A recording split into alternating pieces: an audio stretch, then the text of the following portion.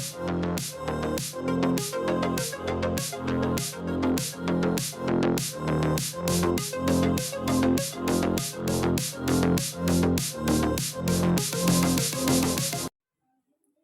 hey guys, the first topic is our gating system, which comes in your exam and varies from marks 2 to 8 marks. What he can ask you in 2 marks is describe the riser, describe the in gate, उसके different different part को explain करने के लिए बोल देगा 2 marks में, और 8 marks में he will be asking you the complete gating system. Okay, all right. So even in 10 marks, ये आपसे 10 मार्क्स में भी पूछा गया है, लास्ट 2023 के पेपर में it was asked in 10 marks. So getting system is the most important topic, जरूर जरूर कर लेना, इसलिए I am telling you the topic at the first of the video. Alright, so let's get started. अब getting system होता क्या है? It is a metal foundry. The gating system in a casting is metal pouring system that conducts molten metal into the mould cavity. क्या करवाता है ये? एक metal foundry में गेटिंग सिस्टम का क्या काम होता है? मेटल को पोर करवाना सिस्टम में, जो कंडक्ट करवाता है मॉल्टन मेटल को, किसमें? मोल्ड कैविटी में. Molten metal into mould cavity. अच्छा, इसका पर्पस क्या होता है? In the mould cavity with enough metal is shortest time without having to increase the metal temperature. ये मेरी मोल्ड कैविटी में हेल्प करता है मेटल को सेटल करने में in the shortest time without increasing the metal temperature. Whereas अभी आपको पोलर फर्नेस देख रहे होगे तो वहां पे आप टेम्परेचर को इंक्रीज करते हो, but in the gating system you don't need to increase the metal temperature. So it is a purpose कि ये विदाउट मेटल को टेम्परेचर हाई करे, आपकी मेटल को मेल्ट करवा देता है. प्लस में आपने क्या देखा? The metal flow smoothly minimising turbulence that causes air trapping during the casting. ये मिनिमाइज करता है किस चीज को? आपकी टर्बुलेंस को. What does it mean by turbulence? जो एयर के बबल्स फॉर्म हो जाते हैं मेटल्स में. आपने देखा होगा जब मम्मी गरम गरम हलवा देती है, उसको जब प्लेट में सर्व करती है तो उसमें बबल्स आ जाते हैं, है ना, आ जाते हैं. तो वही बबल्स, ऐसे ही आपके मेटल को जब आप गरम गरम पोर करते हो तो एयर ट्रैप होने की वजह से बबल्स आ जाते हैं, जैसे आप टर्बुलेंस बुलाते हो. तो उस चीज को भी ये अवॉइड करता है या फिर मिनिमाइज करता है. चलिए नेक्स्ट आ जाते हैं. दी गेटिंग सिस्टम दिखता है कैसा है? कुछ ऐसा दिखता है. पहले मैं आपको ओरली समझाती हूँ, ठीक है, उसके बाद एक एक करके इसके फीचर्स पढ़ेंगे. सो फर्स्ट आ जाता है आपका पोरिंग बेसिन. किसको डिफाइन कर रहे होगे आप सबसे पहले? पोरिंग बेसिन को. दिख नहीं रहा होगा, let me change the colour, एक अच्छा सा पहन लेते हैं. देखो, ये आ गया आपका पहला पोरिंग बेसिन. उसके बाद आ जाता है आपका स्प्रू. स्प्रू के बाद आ जाता है आपका sprue base. It is your sprue base. Sprue base के बाद आ जाते हो आप रनर पे. रनर के बाद आप देखोगे स्किम बॉब को. स्किम बॉब के बाद आप देखोगे चोक को. चोक के बाद आप देखोगे मोल्ड केविटी को. मोल्ड केविटी के बाद आप देखोगे इनगेट को. Here is your ingot. Seventh number. Seventh number के बाद आप देख रहे होगे आपके राइजर को. किसको? आपके राइजर को. तो ये 8 चीजें होती हैं आपके गेटिंग सिस्टम में basically. So let me describe you one by one all these things. Pouring basin क्या होता है? जहां से आप अपने मेटल को पोर करवाते हो. यहाँ से आपने लेडल. लेडल क्या होती है? एक ऐसी स्टिक होती है, जैसे आपका चमचा होता है ना मम्मी जिससे दाल पोर करती है, वैसे एक लेडल होती है जिसमें से आप मेटल भर के ऐसे पोर करवाते हो. पोर पोर पोर पोर हुआ और ये यहाँ तक आ गया, तो ये पोरिंग बेसिन में आपका मेटल फिल हो गया. ठीक है, अभी यहाँ से नीचे जाएगा डाउनवर्ड डाउनवर्ड डाउनवर्ड, और एक किसके थ्रू जा रहा होगा? स्प्रू के थ्रू. किसके थ्रू? आपके स्प्रू के थ्रू. ये जो चीज है दैट इज योर स्प्रू. अब स्प्रू के थ्रू कहाँ आ गया? आपके स्प्रू बेस में. अब आप देख रहे हो स्प्रू बेस क्या है? एक सर्कुलर रीजन है, स्फेरिकल रीजन है, जहाँ पे आपका जो मेटल है वो कलेक्ट होगा. उसके अंदर से जितनी गैसेज हैं वो नीचे सेटल डाउन हो जाएगी, और जो बटा हुआ मेटल है वो आपका आगे की तरफ फ्लो करेगा. Am I clear? सबसे पहले आपने लेडल की हेल्प से यहाँ पे मेटल पोर करवाया. किसमें? पोरिंग बेसिन में. पोरिंग बेसिन किससे कनेक्टेड? आपके स्प्रू से. जो आपका स्प्रू है उसके नीचे क्या आ जाता है? आपका स्प्रू बेस. स्प्रू बेस एक स्पेरिकल रीजन है जहाँ पे आपका मेटल आके रुकता है और आगे मूव ऑन करता है. फिर हम आ गए यहाँ पे स्किम बॉब पे. स्किम बॉब क्या है? अगेन स्पेरिकल रीजन, जिसमें आपकी यहाँ पे जो गैसेस होती है ना वो ट्रैप हो जाती हैं. प्लस में जो आपकी स्लैग होता है. स्लैग क्या होती है? Impurity. What does it mean bye slag? Slag is impurity. इस वर्ड को याद कर लो बिकॉज ये इंपॉर्टेंट है, बार बार रिपीट होगा. Slag is your impurity. जो स्लैग होता है वो ऊपर चिपक जाता है, जो गैसेज होती है वो नीचे रह जाती है. और runner, it is your runner. Runner के थ्रू मेरा जो मेटल लिक्विड है वो आगे फ्लो करता है. अब यहाँ पे आ जाती है चोक. मोल्ड केविटी से पहले जो रीजन आती है that is your choke. Mould cavity के बाद जो रीजन आती है दैट इज योर इनगेट. जो चोक और इनगेट है ये किसको रिप्रेजेंट करते हैं? चोक रिप्रेजेंट्स अ ओपनिंग, और जो इनगेट है that represents a closing of mould cavity. ठीक है, अब यहाँ से मेरा निकला बाहर. मोल्ड कैविटी क्या होती है? जिस शेप का आपको पैटर्न चाहिए, जिसमें आपको मोल्ड सेट करवाना है, तो मेरा लिक्विड आएगा और इस पूरे को फिल करेगा. यहाँ से लिक्विड आता जाएगा, इसे फिल करता जाएगा। अब क्या होगा, जितना लिक्विड फिल हो गया, मान लीजिए यहाँ तक लिक्विड फिल हो गया, अब इसके बाद क्या होगा, आगे लिक्विड एक्सीड करना चालू कर जाएगा, किससे निकलते हुए, इन गेट से निकलते हुए, और एक इसको फिल कर देगा राइजर को, ऊपर ऊपर ऊपर ऊपर राइजर को फिल कर देगा। अब जब मेरा राइजर फिल हो जाएगा, जब राइजर मेरा फिल हो जाएगा, then what will I get to know is कि मेरी मोल्ड कैविटी पूरी कंप्लीटली फिल हो चुकी है without leaving any spaces in it. जब मेरी मोल्ड कैविटी पूरी फिल हो चुकी है without leaving any spaces in it, ये मुझे किससे पता चलता है, जब मेरा राइजर पूरा भर जाता है।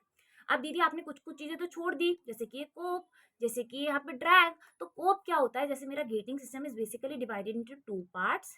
तो मेरे जो ऊपर वाला पार्ट है इसको मैं कोप बुलाती हूँ, जो मेरा नीचे वाला पार्ट है उसको मैं ड्रैग बुला रही होती हूँ। ऑल राइट, ये जो बीच में लाइन देख रहे हो, जो इन दोनों को पार्ट कर रही है, कोप और ड्रैग की जो बीच वाली लाइन है, that is your parting line. I hope I am clear with the diagram and the summary. अभी एक एक करके मैं आपको जल्दी से इन्हें एक्सप्लेन कर देती हूँ।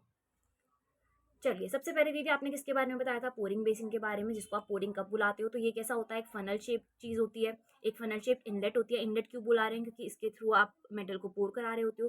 कहाँ पे लोकेटेड होती है दीदी, टॉप पे लोकेटेड होती है, जहाँ से आप मेटल को लेडले की हेल्प से अंदर डाल रहे होते हो, किसके, मोल्ड के। अभी बताया था लेडले क्या होता है, ऐसा आपका क्या बुलाते हो आप इसे घर में, आई डोंट नो, जिसके थ्रू दाल मम्मी डालती है, ठीक है, वैसा लेडले दिखता है। अब जो पोरिंग बेसिन है वो किसमें हेल्प करता है, रेगुलेट करवाने में फ्लो को, किस चीज के फ्लो को, लिक्विड के फ्लो को, और रिड्यूस करवाता है टर्बुलेंस। किसको रिड्यूस करवाता है, टर्बुलेंस को। टर्बुलेंस का मतलब अभी बताया था, जो आपके एयर बबल्स फॉर्म हो जाते हैं उस चीज को। और ये सेपरेट कर देता है सेडिमेंट्स को और स्लैग को before entering the sprue. Sprue में अंदर घुसने से पहले, स्प्रू क्या थी, मेरी ऐसी नैरो ओपनिंग थी फनल शेप, उसमें घुसने से पहले मेरे सेडिमेंट्स को, और मैंने आपको बताया था स्लैग का मतलब इम्प्योरिटीज को अलग करा देता है। चलिए नेक्स्ट जाते हैं। उसके बाद आ गया मेरा स्प्रू और sprue base. I told you sprue थी ये चीज, और स्प्रू बेस क्या था, जो ऐसे इसके आगे गोला बना हुआ था, जो लीड कर रहा था रनर की तरफ, राइट। तो स्प्रू क्या होती है, एक वर्टिकल पैसेज था, आपने देखा वर्टिकल चीज है ये, vertical. Well, hey guys, the first topic is our gating system, which comes in your exam and varies from marks 2 to 8 marks. What he can ask you in 2 marks is describe the riser, describe the in-gate, उसके different different part को explain करने के लिए बोल देगा 2 marks में, और 8 marks में he will be asking you the complete getting system. Okay, all right. So, even in 10 marks, ये आपसे 10 मार्क्स में भी पूछा गया है। लास्ट 2023 के पेपर में it was asked in 10 marks. So getting system is the most important topic, जरूर जरूर कर लेना, इसलिए I am telling you the topic at the first of the video. Alright, so let's get started. अब getting system होता क्या है, it is a metal foundry. The gating system in a casting is metal pouring system that conducts मॉल्टन metal into the mould cavity. क्या करवाता है ये, एक metal foundry में गेटिंग सिस्टम का क्या काम होता है, मेटल को पोर करवाना सिस्टम में, जो कंडक्ट करवाता है मॉल्टन मेटल को, किसमें, मोल्ड कैविटी में, molten metal into mould cavity. अच्छा, इसका पर्पस क्या होता है, in the mould cavity with enough metal is shortest time without having to increase the metal temperature. ये मेरी मोल्ड कैविटी में हेल्प करता है मेटल को सेटल करने में in the shortest time without increasing the metal temperature. Whereas अभी आपको पोलर फर्नेस देख रहे होगे तो वहां पे आप टेम्परेचर को इंक्रीज करते हो, but in the gating system you don't need to increase the metal temperature. So it is a purpose कि ये विदाउट मेटल को टेम्परेचर हाई करे, आपकी मेटल को मेल्ट करवा देता है। प्लस में आपने क्या देखा, the metal flow smoothly minimising turbulence that causes air trapping during the casting. ये मिनिमाइज करता है किस चीज को, आपकी टर्बुलेंस को। What does it mean by turbulence, जो एयर के बबल्स फॉर्म हो जाते हैं मेटल्स में। आपने देखा होगा जब मम्मी गरम गरम हलवा देती है, उसको जो प्लेट में सर्व करती है तो उसमें बबल्स आ जाते हैं, है ना, आ जाते हैं। तो वही बबल्स, ऐसे ही आपकी मेटल को जब आप गरम गरम पोर करते हो तो एयर ट्रैप होने की वजह से बबल्स आ जाते हैं, जैसे आप टर्बुलेंस बुलाते हो। तो उस चीज को भी ये अवॉइड करता है या फिर मिनिमाइज करता है। चलिए नेक्स्ट जाते हैं। दी गेटिंग सिस्टम दिखता कैसा है, कुछ ऐसा दिखता है। पहले मैं आपको ओरली समझाती हूँ, ठीक है, उसके बाद एक एक करके इसके फीचर्स पढ़ेंगे। सो फर्स्ट आ जाता है आपका पोरिंग बेसिन। किसको डिफाइन कर रहे होगे आप सबसे पहले, पोरिंग बेसिन को। दिख नहीं रहा होगा, let me change the colour, एक अच्छा सा पहन लेते हैं। देखो, ये आ गया आपका पहला पोरिंग बेसिन। उसके बाद आ जाता है आपका स्प्रू। स्प्रू के बाद आ जाता है आपका sprue base. It is your sprue base. Sprue base के बाद आ जाते हो आप रनर पे। रनर के बाद आप देखोगे स्किम बॉब को। स्किम बॉब के बाद आप देखोगे चोक को। चोक के बाद आप देखोगे मोल्ड कैविटी को। मोल्ड कैविटी के बाद आप देखोगे इन गेट को। Here is your ingate, 7th number. 7th number के बाद आप देख रहे होगे आपके राइजर को। किसको, आपके राइजर को। तो ये 8 चीजें होती हैं आपके गेटिंग सिस्टम में basically. So let me describe you one by one all these things. Pouring basin क्या होता है, जहां से आप अपने मेटल को पोर करवाते हो। यहाँ से आपने लेडल, लेडल क्या होती है, एक ऐसी स्टिक होती है जैसे आपका चमचा होता है ना मम्मी जिससे दाल पोर करती है, वैसे एक लेडल होती है जिसमें से आप मेटल भर के ऐसे पोर करवाते हो। पोर पोर पोर पोर हुआ और ये यहाँ तक आ गया, तो ये पोरिंग बेसिन में आपका मेटल फिल हो गया। ठीक है, अभी यहाँ से नीचे जाएगा डाउनवर्ड डाउनवर्ड डाउनवर्ड, और एक किसके थ्रू जा रहा होगा, स्प्रू के थ्रू। किसके थ्रू, आपके स्प्रू के थ्रू। ये जो चीज है दैट इज योर स्प्रू।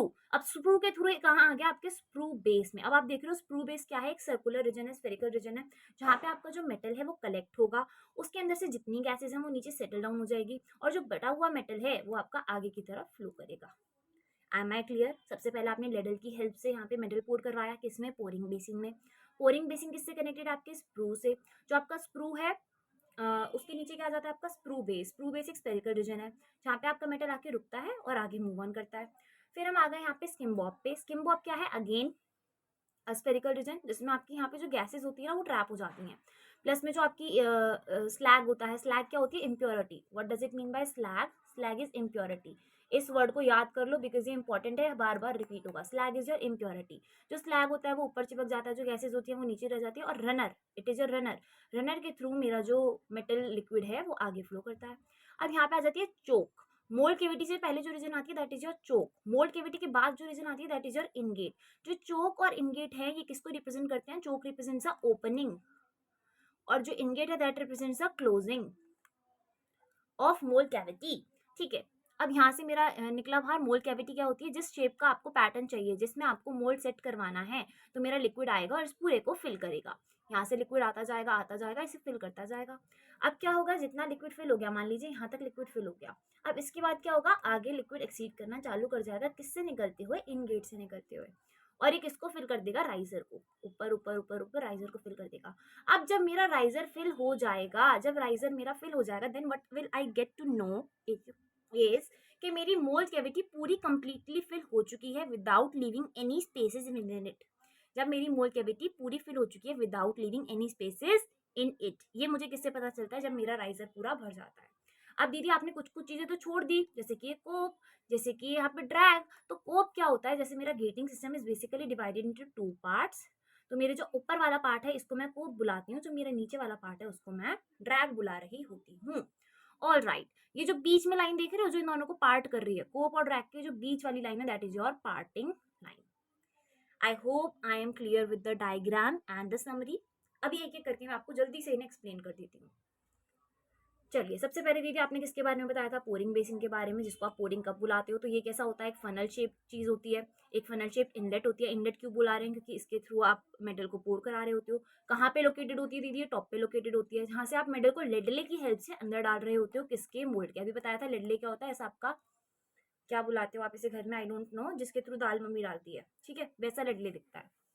अब जो पोरिंग बेसिन है वो किसमें हेल्प करता है, रेगुलेट करवाने में फ्लो को, किस चीज के फ्लो को, लिक्विड के फ्लो को, और रिड्यूस करवाता है टर्बुलेंस। किसको रिड्यूस करवाता है, टर्बुलेंस को। टर्बुलेंस का मतलब अभी बताया था, जो आपके एयर बबल्स फॉर्म हो जाते हैं उस चीज को। और ये सेपरेट कर देता है सेडिमेंट्स को और स्लैग को before entering the sprue. Sprue में अंदर घुसने से पहले, स्प्रू क्या थी, मेरी ऐसी नैरो ओपनिंग थी, फनल शेप, उसमें घुसने से पहले मेरे सेडिमेंट्स को, और मैंने आपको बताया था स्लैग का मतलब इम्प्योरिटीज को अलग करा देता है। चलिए नेक्स्ट जाते हैं। उसके बाद आ गया मेरा स्प्रू और sprue base. I told you sprue थी ये चीज, और स्प्रू बेस क्या था, जो एस के आगे गोला बना हुआ था, जो लीड कर रहा था रनर की तरफ, राइट। तो स्प्रू क्या होती है, एक वर्टिकल पैसेज था, आपने देखा वर्टिकल चीज है, ये वर्टिकल चीज है। इसके थ्रू मेरा जो लिक्विड था वो पास करता था पोरिंग बेसिन के थ्रू। उसके बाद जो लिक्विड मेटल है वो जाता था वर्टिकल स्प्रू के थ्रू और लॉस कर देता था अपना प्रेशर, क्योंकि जब इसके थ्रू मेटल नीचे जाएगा लिक्विड मेटल, तो वो अपना प्रेशर लूज करता हुआ जाएगा। अब स्प्रू को हम कैसे डिजाइन करते थे, एक वर्टिकल वे में, और इससे होता क्या था, मेरा एयर का एस्पिरेशन अवॉइड हो जाता था, मतलब मेरे एयर बबल्स नहीं बन पाते थे, क्योंकि इसकी स्पीड तो क्या हो गई है, स्लो हो गई है, धीरे धीरे अंदर आएगा तो एयर बबल्स नहीं बनेंगे। भी नेक्स्ट आ गया स्प्रू बेस और वेल। क्या होता है, the well both provides a cushion to prevent the sand from being washed into the mould. उसने बताया कि मेरा जो स्प्रू बेस है वो क्या प्रोवाइड करवा देता है, क्वेश्चन प्रोवाइड करवा देता है सैंड को from being washed into the mould and decreases the speed of the molten metal. साथ में ही क्या कर देता है, मेरे मोल्टन मेटल की स्पीड को डिक्रीज कर देता है। इसका जस्ट एक ही सिंपल सा फैक्टर है स्पीड से, क्या कि एयर बबल्स फॉर्म नहीं होते, बिकॉज स्पीड डिक्रीज हो चुकी है। नेक्स्ट जाते हैं क्रॉस गेट या रनर पे। Runner in a casting is horizontal channel connecting the sprue well or the gates. Liquid metal will flow from the sprue to the runner and fill the mold cavity appropriately. उसने बोला runner क्या थी दीदी, देखो सबसे पहले आपने pouring basin बताया था जो कि ऐसा था दी, इसके बाद आपने राइजर वो बताया था स्प्रू जो कि ऐसा था दी, उसके बाद आपने क्या बताया था स्प्रू बेस जो कि कुछ ऐसा था दीदी, इसके बाद ये जो मेरा लिक्विड मेटल था वो किसके थ्रू फ्लो करता था, रनर के थ्रू। तो रनर क्या आ जाती है, हॉरिजॉन्टल चैनल आ जाती है ना। हॉरिजॉन्टल आपने दीदी इसको स्प्रू को कैसे डिफाइन करा था, वर्टिकल। आप ये रनर को कैसे एक्सप्लेन कर रहे होगे, हॉरिजॉन्टल। चलिए, तो कनेक्ट करता है जो स्प्रू को वेल टू गेट्स, किससे कनेक्ट करता है, गेट से। गेट्स अभी आपको पता चलेगा आगे जाके क्या है। Fill the mould cavity appropriately, runner जो है has the effect of slowing down the speed of the liquid metal. जो रनर का भी इफेक्ट होता है वो क्या करवा रहा होता है, स्लो करवा रहा होता है आपकी स्पीड को off the liquid metal. The next जाते हैं, runner must be fill with the molten metal to prevent slag. Runner को हमें पूरा फिल कर देना चाहिए मॉल्टन मेटल के साथ, किसको प्रिवेंट करने के लिए, slag. Slag is again your impurity. As I said ये वर्ड बार बार देखने को मिलेगा, तो just go and learn it. चलिए दी, उसके बाद इनगेट आ जाता है। दी आपने बताया था कि आपने दो छोटी छोटी ओपनिंग्स बताई थी जो मोल्ड कैविटी से पहले थी और मोल्ड कैविटी के बाद में थी। जो मोल्ड कैविटी से पहले थी ना दी, उसको हम क्या बुलाते हैं, चोक।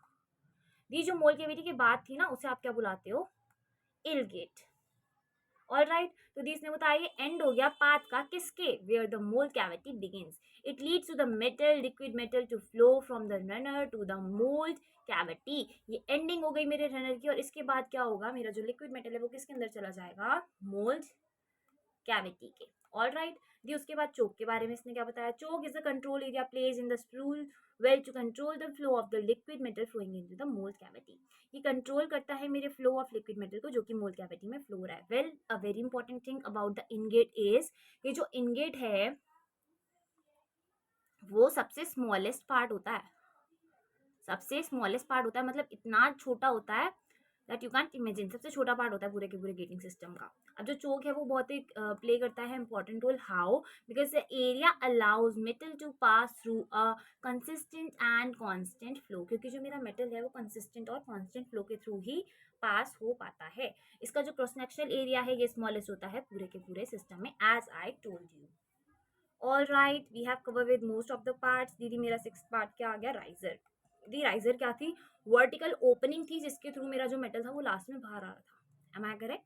दी एक बार दोबारा से रिवाइज कर ले। यहाँ पे दी हमने पढ़ा था आपका पोरिंग बेस, दी उसके बाद आपने स्प्रू पढ़ाया था, दी उसके बाद आपने स्प्रू बेस पढ़ाया था, स्प्रू बेस के दीदी बाद हमने रनर पढ़ा था, रनर आगे आगे जा रहा था, यहाँ पे मेरा एक स्किम बॉब आ जा रहा था जैसे स्फेरिकल था। दी उसके बाद मैंने यहाँ पे आगे जा करके एक मोल्ड कैविटी बनाई थी, जो मोल्ड कैविटी रनर के थ्रू ज्वाइंट हो रही थी। ये रहा मेरा मोल्ड कैविटी, ये रहा मेरा रनर, और ऐसे ज्वाइंट हो रहे थे जिसमें से बाहर जाएगा। दी यहाँ पे आपने एक चीज बताई थी छोटी सी, इधर यहाँ पे जिसका नाम चोक था और यहाँ पे जिसका नाम इनगेट था। ऑल राइट, तो दीदी अभी हम कौन से पार्ट के बारे में पढ़ रहे हैं, इस वाले के बारे में, दैट इज राइजर। तो राइजर क्या है, एक वर्टिकल पोर्शन है ऑफ गेटिंग सिस्टम जो सिमिलर होता है स्प्रू के। देखो स्प्रू और राइजर आर सिमिलर, है ना, ये भी वर्टिकल था, ये भी वर्टिकल है, ये अंदर जाने के लिए था इनवर्ड और ये आउटवर्ड भेजने के लिए है। दी कास्टिंग में क्यों जरूरी होता है, क्योंकि जिससे मुझे पता चल जाता है कि जो मेरा मोल्टन मेटल है वो मेरे मोल्ड के अंदर पूरे ढंग से भर चुका है। तो जब तक मेरा यहाँ पे राइजर पूरा फिल नहीं होता, जब तक मुझे ये एश्योर नहीं होता कि मोल्ड कैविटी भरी है या नहीं। तो आई वेट कि मेरा राइजर पूरा भर जाए और मुझे इंश्योर कर दे कि मेरी मोल्ड कैविटी में कोई स्पेसेस नहीं बचे हैं। जब मेरी मोल्ड कैविटी यहाँ तक पूरी भर जाएगी नीचे से लेकर ऊपर तक, then I will be insured कि मेरी मोल्ड कैविटी के अंदर कोई स्पेस नहीं बचा है। ये मेरा लास्ट चीज क्या आ जाता है इसमें, स्किम बॉब। स्किम बॉब क्या होता है दीदी, एक हॉलो होता है above the runner that acts to skim off floating dross, sand, debris so that it does not enter the casting। क्या क्या चीजें बोली इसने, floating dross, sand and debris, these are all the impurities। क्या है ये सब, impurities हैं ये सब। ऑल राइट, तो इन इम्प्योरिटीज को ये प्रसिस्ट करता है, रोकता है किसके अंदर जाने से, मेरी कास्टिंग के अंदर जाने से। इट मीन्स ये एक मेरा छलनी की तरह काम कर रहा है जो सारी की सारी इम्प्योरिटीज को रोक लेता है। So here we are done with your gating system. Now let's get started with your very next topic, that is, tell me, that is,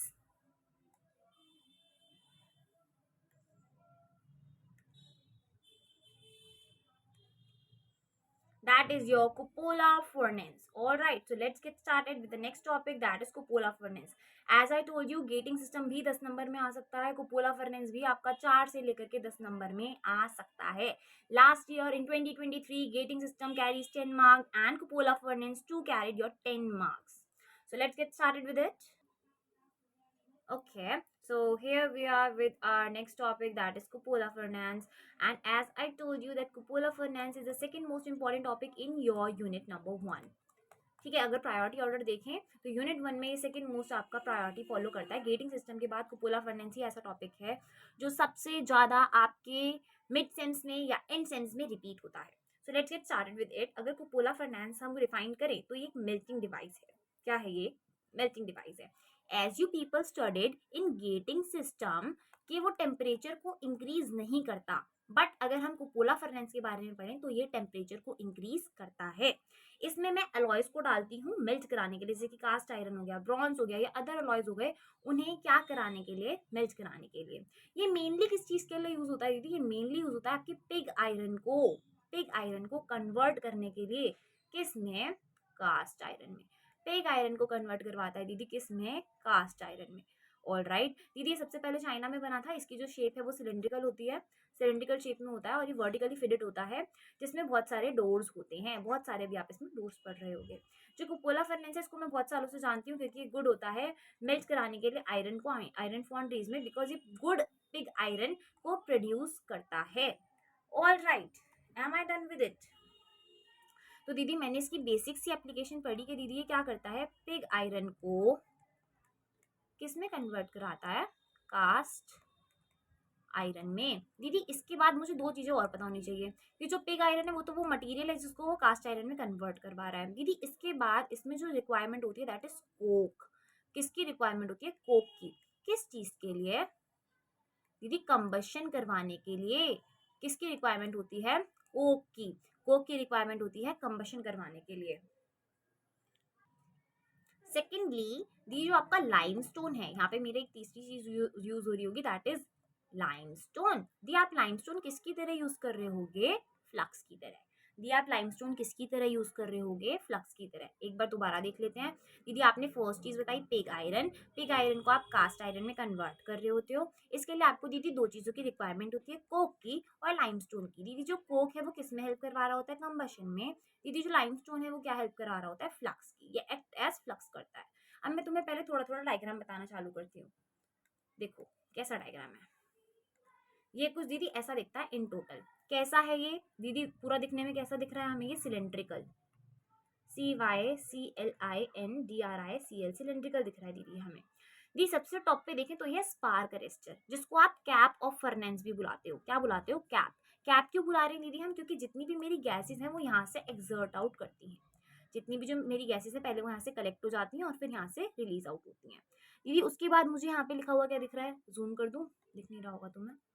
देखो दीदी उसके बाद मुझे यहाँ पे क्या दिख रही है? Steel shell. ये क्या है? मेरा पूरा का पूरा स्टील से बना हुआ शेल है. दीदी यहाँ पे मुझे पहला जोन दिख रहा है स्टैग जोन. दीदी यहाँ मुझे दूसरा जोन दिख रहा है प्री हीटिंग जोन. दीदी यहाँ मुझे तीसरा जोन दिख रहा है मेल्टिंग जोन. दीदी मुझे चौथा जोन दिख रहा है रिड्यूसिंग जोन. और दीदी मुझे पांचवा जोन क्या दिख रहा है? Combustion zone. इसके बारे में भी अभी हम वन बाय वन पढ़ रहे होंगे.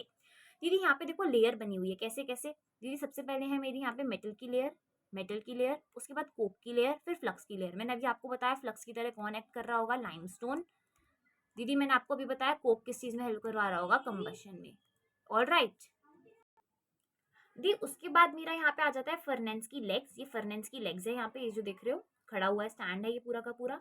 उसके बाद यहाँ पे दीदी आ जाता है स्लैग होल. ये आपका स्लैग होल है जहाँ से मेरा स्लैग बाहर निकलता है. ये है मेरा स्लैग बेड जो कैसा होता है? स्लैंट होता है. कैसी पोजीशन में है ये? स्लैंटिंग पोजीशन में है. SLANT स्लैंटिंग पोजीशन में है, जिससे कि यहाँ से मेरा टैप होल है तो यहाँ से मेरा जो मटेरियल है वो फ्लो के बाहर आ जाए. देख रहे हो ना यहाँ पे टैप होल है.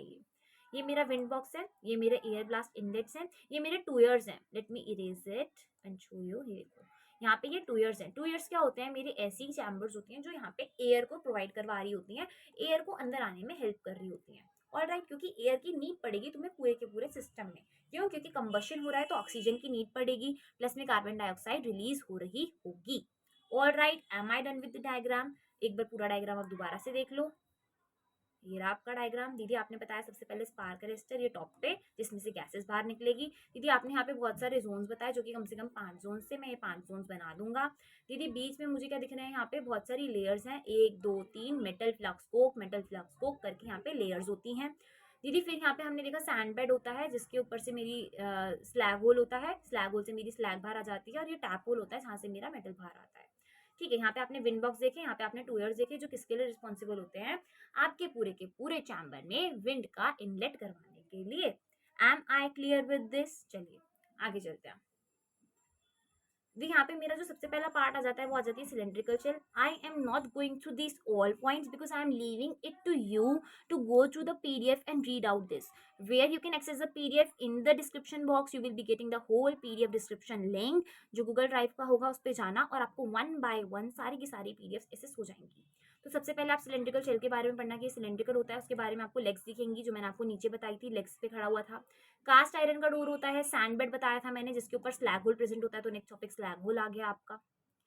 जी उसके बाद आपने एयर पाइप्स और टूयर्स के बारे में बताया था जो रिस्पॉन्सिबल किस चीज के लिए थे, एयर का इनलेट करवाने के लिए सिस्टम में, जो कि किस में हेल्प करवाता है, कंबशन में।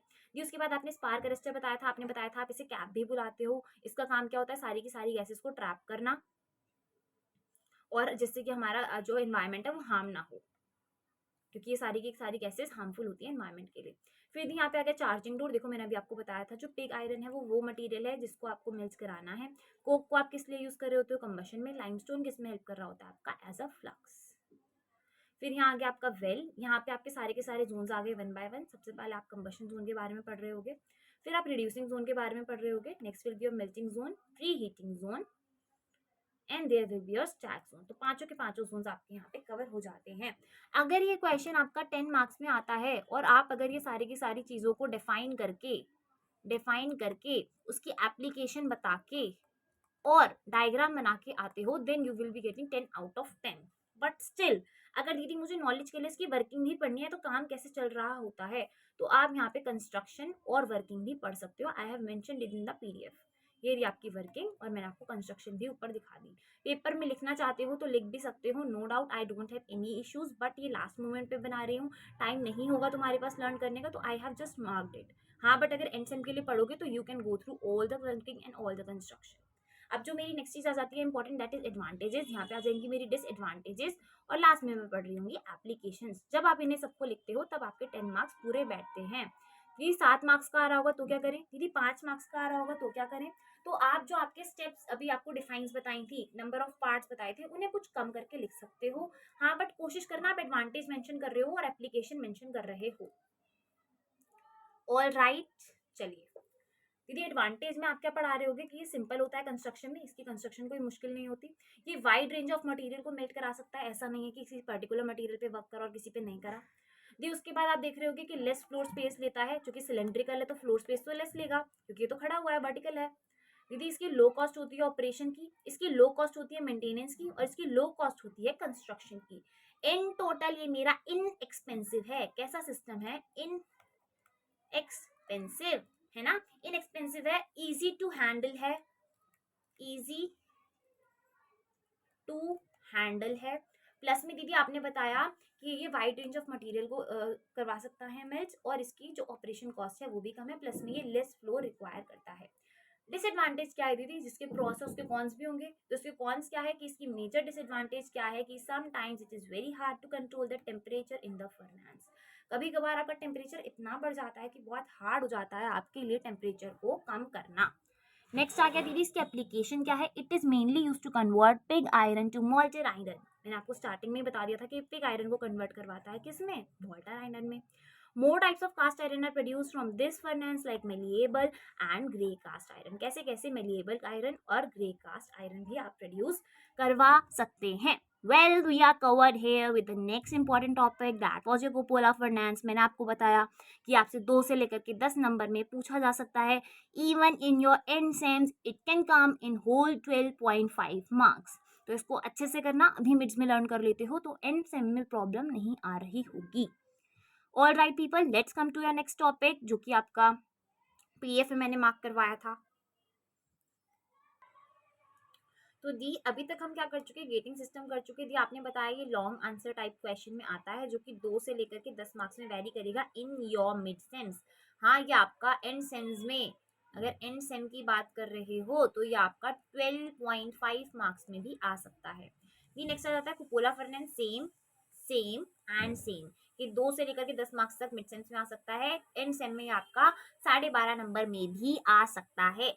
दी हम गेटिंग सिस्टम कवर कर चुके हैं, कुपोला फाइनेंस कवर कर चुके हैं। मैं थोड़ा सा इसका सीक्वेंस बदल देती हूँ। अब मैं आपको नेक्स्ट ले आती हूँ प्रॉपर्टीज ऑफ मटेरियल पे, जिसमें हम काफी सारी मटेरियल की प्रॉपर्टीज पढ़ रहे होंगे। यहाँ मैंने सिर्फ वो प्रॉपर्टीज लिखी हैं जो आपके लास्ट ईयर में आई हैं, but I will be telling you at most 10 properties, क्योंकि दीदी ऐसी कोई भी ना छूट जाए जो कल आ रही हो प्लस में हमने पढ़ी ना हो। तो आई will be taking you through all the properties जो कि पास्ट ईयर में आई थी कभी भी। चलिए स्टार्ट करते हैं। Well, let's get started with your mechanical properties. As I told you, it is the most asked question in the exam. आपसे डिफाइंस पूछी जाती है मोस्टली 2 से 2.5 मार्क्स में। और राइट, तो आपकी फोर्थ डिफाइन क्या आ जाती है, elasticity. Elasticity is the ability to deform with respect to the applied load and regain its original shape when the load is removed. तो इलास्टिसिटी आपकी एक ऐसी प्रॉपर्टी होती है जो लोड लगाने पर तो डिफॉर्म होगा, बट जैसे ही आप लोड को रिमूव करोगे, ये लोड है, ये क्या है आपका लोड है, जैसे ही आप लोड को रिमूव करोगे तो आपका मटेरियल अपनी ओरिजिनल स्टेट में वापस आ जाएगा। तो ये क्या एबिलिटी है डिफॉर्म करने की। डिफॉर्म मतलब क्या होता है, ओरिजिनल स्टेट से अगर आपने उसकी शेप में चेंज कर दिया then the material is said to be deform. ठीक है, तो ये एबिलिटी है मटेरियल को डिफॉर्म करने की with respect to the applied load and regain its original shape. क्या करवा रहे होते हैं हम इसमें, ओरिजिनल शेप को रीगेन करवा देते हैं। When the load is remove, हमारा लोड यहाँ से रिमूव हो गया तो मेरी ओरिजिनल शेप रीगेन हो गई। नेक्स्ट आ जाते हैं plasticity. Plasticity is second property. अब आपने जैसा कि पहली प्रॉपर्टी में पढ़ा कि मेरा ये लोड था, इस पे मैंने यहाँ पे फोर्स लगवाई तो मेरा जो लोड था वो बेंड हो गया, डिफॉर्म हो गया, और जैसे ही मैंने वहां से लोड हटाया, जैसे ही मैंने लोड हटाया तो मेरा मटेरियल पहले की तरह वापस हो गया। पर प्लास्टिसिटी में ऐसा नहीं हो रहा होता। Plasticity is called as a non reversible deformation. Elasticity आपकी रिवर्सिबल डिफॉर्मेशन थी और plasticity is non reversible deformation. With respect to the applied load, when the load is applied, the body is subjected to deformation. जब आपकी body पे load लगाया जाता है तो आपकी बॉडी क्या हो जाती है, डिफॉर्म हो जाती है। When the load is removed, it will not get its original shape. Load के रिमूव होने के बाद भी आपकी बॉडी उसकी ओरिजिनल शेप वापस नहीं लेती। इसका मतलब एक बार लोड लगाया तो मेरी बॉडी डिफॉर्म की डिफॉर्म ही रहेगी। जैसे कि आप मानो कि आपने एक प्लास्टिक की बॉटल ली, उसमें आपने एक हॉट मेटल को लगाया और आपने वहां से हॉट मेटल को निकाला, तो आपकी जो प्लास्टिक जली हुई थी वो वैसी की वैसे ही रहेगी। इलास्टिसिटी का एग्जांपल हो तो रबड़ ले लो। आपने एक रबड़ लिया, इरेजर लिया, उसको आपने ऐसे हैंड से बेंड करा, और बेंड करने के बाद जब आपने उसे छोड़ा तो वो अपनी ओरिजिनल शेप को रीगेन कर लेगी। बट वेयर एज प्लास्टिक के केस में ऐसा नहीं हो रहा होता। बहुत जनरल एग्जाम्पल दिया है इसको मैंने, लेमन लैंग्वेज में बिल्कुल। ऑल राइट, तो अब ये प्लास्टिसिटी का डायग्राम कैसा हुआ, ये आपने एक्सटर्नल लोड अप्लाई करा, ये डिफॉर्मेशन हो गई, आपकी बॉडी में बेंड आ गए। क्या हो गई, बॉडी बेंड आ गई, डिफॉर्म हो गई। उसके बाद जब आपने लोड को रिमूव करा, then it does not take place original shape. इसने अपनी ओरिजिनल शेप को टेक प्लेस नहीं करा है अभी तक। नेक्स्ट डिफाइन आ जाती है ductility. It is your third define. अब डक्टिलिटी क्या होती है, deform under the tensile stress. This is often characterized by the materials ability to be stretched into a wire. ये मटेरियल की एबिलिटी है जिसकी वजह से मेरा मटेरियल स्ट्रेच हो पाता है, किसमें, एक वायर में। ये किसके अंडर होती है, टेंसाइल स्ट्रेस। टेंसाइल स्ट्रेस क्या होता है, आपने दोनों डायरेक्शन से स्ट्रेस लगाया और अपनी चीज को खींचना चालू करा, that is your tensile stress. All right, तो ये मटेरियल की प्रॉपर्टी है जो किसके अंडर हो रही होती है, टेंसाइल स्ट्रेस के अंदर, जिससे कि मटेरियल आपका स्ट्रेच हो पाता है एक वायर में। ये किस में पाई जाती है, जो मटेरियल्स आपके इलास्टिसिटी में रिच होते हैं वो आपके ज्यादातर डक्टाइल पाए जाते हैं। इसके एग्जांपल में क्या आ गए, सारे के सारे आपके मेटल्स आ गए except Hg। Why Hg is not included, because Hg is mercury, that is liquid at room temperature, that is liquid at room temperature. ये आपकी बॉडी थी ओरिजिनल फर्स्ट। उसके बाद जब आपने डिफॉर्मेशन लगाया, जब आपने यहाँ से टेंसाइल स्ट्रेस लगाया, तो मेरी बॉडी एक किस में स्ट्रेच हो गई है, वायर में। किस में स्ट्रेच हो गई है, वायर में। All right, we are covered with ductility 2। Next जाते हैं मेलिबिलिटी पे। मेलिबिलिटी क्या होती है, आपकी वो प्रॉपर्टी होती है बॉडी की जिसकी हेल्प से आप उसे स्ट्रेच करवा रहे होते हो या डिफॉर्म करवा रहे होते हो, किसमें, एक शीट में। किस में डिफॉर्म हो रही है इस बार मेरी बॉडी? शीट में। यहाँ पे जो आपका स्ट्रेस लग रहा है, जो आपकी एक्सटर्नल फोर्स लग रही है, वो क्या है? कंप्रेसिव। वो क्या है? कंप्रेसिव। वेयर एज ऊपर कौन सी फोर्स लग रही थी? टेंसाइल फोर्स लग रही थी, टेंसाइल स्ट्रेंथ लग रही थी। यहाँ पे कौन सी एक्सटर्नल फोर्स? कंप्रेसिव। तो ये आपकी ओरिजिनल बॉडी थी जिसपे आप ऊपर से कंप्रेसिव लोड लगा रहे हो, लिखा है यहाँ पे कंप्रेसिव लोड, और ये आपका डिफॉर्मेशन हो गया, तो बॉडी किस में ट्रांसफॉर्म हो गई? एक शीट में। ऊपर जब आपने लोड लगाया था टेंसाइल लोड, तो आपकी बॉडी किस में ट्रांसफॉर्म हो गई थी? एक वायर में। Are we done with this? Clear है सभी को? आगे चलते हैं। दी मेरा नेक्स्ट पॉइंट आ गया, fifth point, that is stiffness. Stiffness एक ऐसी एबिलिटी है मटेरियल की जो रेसिस्ट करवाती है deformation under the application of loads. ये ऐसी प्रॉपर्टी है जो रेसिस्ट करवाती है, रोकती है क्या? डिफॉर्मेशन को under the application of loads. Loads के अंदर मेरी बॉडी में कोई डिफॉर्मेशन ना हो, मेरी बॉडी में कोई तोड़फोड़ ना हो, उसको हम क्या बुलाते हैं? स्टिफ। तो ये हमारी प्रॉपर्टी है जो रेसिस्ट करवाती है किसको? डिफॉर्मेशन को under the application of loads. ये जो प्रॉपर्टी है इसे मैं कंसीडर करती हूँ डिजाइन में ऑफ अ स्प्रिंग। किसके डिजाइन में? स्प्रिंग में। तो ये मैंने लोड लगाया और यहाँ पे कोई डिफॉर्मेशन नहीं हुई उस लोड की वजह से, तो मेरा मटेरियल क्या कहलाएगा? स्टिफ। सिक्स प्रॉपर्टी पे आ जाते हैं, दैट इज ब्रिटलनेस। तो ब्रिटलनेस क्या होती है? Ability to break is called as brittleness. कि विदाउट सिग्निफिकेंट डिफॉर्मेशन, मेरा डिफॉर्मेशन अभी सिग्निफिकेंट नहीं हुआ था, मेरा बेंड अभी सिग्निफिकेंट नहीं हुआ था, उससे पहले ही मेरी बॉडी में क्रैक आ गए, तो मैं अपनी बॉडी को क्या बुलाऊंगी? कि मेरी बॉडी ब्रिटल है। इसके एग्जाम्पल मटेरियल्स क्या हो सकते हैं? ग्लास, कंक्रीट या कास्ट आयरन। आपने फोर्स लगाया और आपका मटेरियल बीच में से ब्रेक कर गया विदाउट डिफॉर्मेशन, विदाउट डिफॉर्मेशन, तो इस मटेरियल को आप क्या बुलाओगे? Brittle. Now let's come towards the next property, that is your hardness. किस पे आ जाते हैं? नेक्स्ट प्रॉपर्टी पे, जो कि आपकी सेवेंथ है, and it is known as hardness. आप किस मटेरियल को हार्ड बुलाते हो? आप उस मटेरियल को हार्ड बुलाते हो जिसमें कैपेबिलिटी होती है रेसिस्ट करने की स्क्रैचेस को, मार्क्स को, वियर एंड टीयर को, जब बॉडी को आप सब्जेक्ट करते हो in the contact of any other body. आपने दो बॉडीज को आपस में टकराया, ये यहाँ से टकराई, ये यहाँ से टकराई, आप किसी बॉडी पे भी वियर एंड टीयर नहीं हुआ, तो आप उस प्रॉपर्टी को क्या बुलाते हो? हार्डनेस। कि मेरा मटेरियल हार्ड था, इसी वजह से उस पर कोई स्क्रैच नहीं आए, इसी वजह से उस पर कोई मार्क नहीं आए, और ना ही वो वियर एंड टीयर हुआ। इसका एग्जांपल क्या हो सकता है? ग्लास हो सकता है, डायमंड हो सकता है। अब इस प्रॉपर्टी को आप हाईली कंसीडर कहाँ पे कर रहे हो? तो स्लाइडिंग पार्ट्स बनाने में, and making cutting tools, making cutting tools. इसका एग्जाम्पल क्या हो सकता है? Like example CHISEL, chisel. Chisel क्या होता है? एक दीदी ऐसा नाइफ होता है जो यहाँ से शार्प होता है ना, यहाँ से शार्प होता है, स्लैंटिंग कट होता है उसमें कुछ ऐसा, तो ये होता है मेरा चिजल। तो कटिंग टूल्स में आप इसे यूज कर रहे होते हो कौन सी प्रॉपर्टी को? हार्डनेस को। कहाँ पे दीदी? कटिंग टूल्स में। चलिए नेक्स्ट आ जाते हैं। ये देखो ये रहा, ये क्या है? मेरा हार्ड मटेरियल है। तो ये कैसी बॉडी है मेरी? एक ऐसी बॉडी है जो इस पे कट प्रोवाइड करवा रही है। बट ये जो मेरी बॉडी 1 है, ये मेरी बॉडी 2 है। तो body 1 is having no SCRATCH scratches, marks or wear and tear with respect to body 2। जो मेरी बॉडी 1 उस पे पॉइंट कर रही है, उसकी वजह से ना तो कोई स्क्रैच आ रहे, ना तो कोई मार्क्स आ रहे, और ना ही कोई वियर एंड टीयर हो रहा है। किसको? मेरी बॉडी 2 को। ऑल राइट, तो इसी प्रॉपर्टी को हम क्या बुलाते हैं दीदी? हार्डनेस। इसका मतलब मेरी जो बॉडी 2 है वो क्या है? हार्ड है। चलिए 8th पे आ जाते हैं, दैट इज टफनेस। टफनेस क्या होती है दीदी? ये एबिलिटी है to absorb the shock loads. मेरी वो प्रॉपर्टी है जो हेल्प करवाती है शॉक लोड्स को एब्सॉर्ब करने में, या फिर इम्पैक्ट लोड्स को बिफोर फ्रैक्चर टेक्स प्लेस। जब तक मेरा फ्रैक्चर टेक्स प्लेस करे उससे पहले ये हेल्प करवाती है शॉक लोड्स को और इम्पैक्ट लोड्स को एब्सॉर्ब करने में। इसका मतलब तोड़फोड़ नहीं होती मेरी प्रॉपर्टी, जो बेयर कर लेती है मेरा मटेरियल। जब बेयर कर लेता है किसी बाहर के एक्सटर्नल लोड को, तो हम क्या बुलाते हैं? मेरा मटेरियल कैसा है? टफ है। ये मेरी फॉलिंग बॉडी थी, फॉलिंग बॉडी मेरी बॉडी नंबर 1 पे गिरी। तो जब मेरी बॉडी 2 बॉडी 1 पे गिरी और उसके रिस्पेक्ट पे मेरा बॉडी 1 पे कोई चेंज नहीं आया, तो मैं क्या बुलाऊंगी? कि मेरी बॉडी 1 क्या है? टफ है। Am I correct? समझ में आया? जो मेरी एक्सटर्नल बॉडी है, फॉलिंग बॉडी है, शॉक लोड है, इम्पैक्ट लोड है, मतलब कोई भी एक्सटर्नल लोड है, जब वो मेरा रिस्पेक्टिव बॉडी पे गिरा और उस पर कोई इफेक्ट नहीं हुआ, उसने उस लोड को एब्जॉर्ब कर लिया, तो मैं क्या बुलाऊंगी? मेरी वो बॉडी कैसी है? टफ है।